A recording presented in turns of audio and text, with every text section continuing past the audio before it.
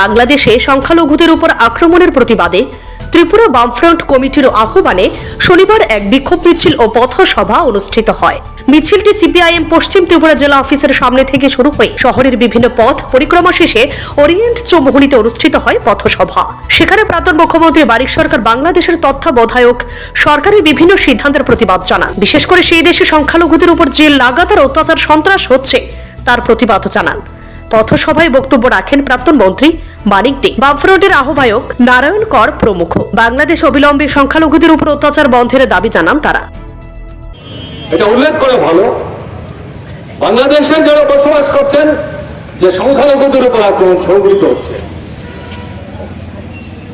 ভারত বিভক্ত হওয়ার আগে ব্রিটিশ শাসিত ভারতবর্ষ ঐক্যবদ্ধ ছিল। দেশ ভাগ হলো, ভারত পাকিস্তান হলো, কিন্তু দেশ ভাগের পরেও পাকিস্তানের জনগণ তাদের মধ্যে যারা সেখানকার ধর্মলোক সংখ্যালঘু তারা পাকিস্তান ছেড়ে কিন্তু ভারতবর্ষে আসেননি। যেমন ভারতবর্ষের মধ্যেও যারা সংখ্যালঘু তারাও ভারতবর্ষ ছেড়ে পাকিস্তানে যাননি। শত শত বছর আগে থেকে ছিলেন এবং তারা জীবনযাত্রা নির্বাহ করছিলেন।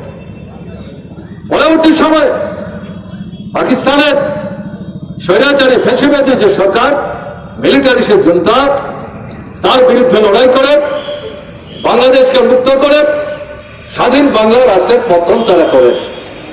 তারপরেও বাংলাদেশে বসবাসকারী সংখ্যালঘু অংশের মানুষ যারা তারা এই রাজনৈতিক পট পরিবর্তনের প্রেক্ষাপটেও বাংলাদেশ ছেড়ে অন্য কোনো রাষ্ট্রে, ভারতে বা ত্রিপুরায় তারা আসার চিন্তা কিন্তু করেননি।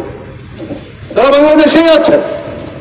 এটাই তাদের দেশ, এটাই তাদের মাতৃভূমি, এটাই তাদের জন্মস্থান। Bureau report, CNE TV. CNE TV, channel for news and entertainment.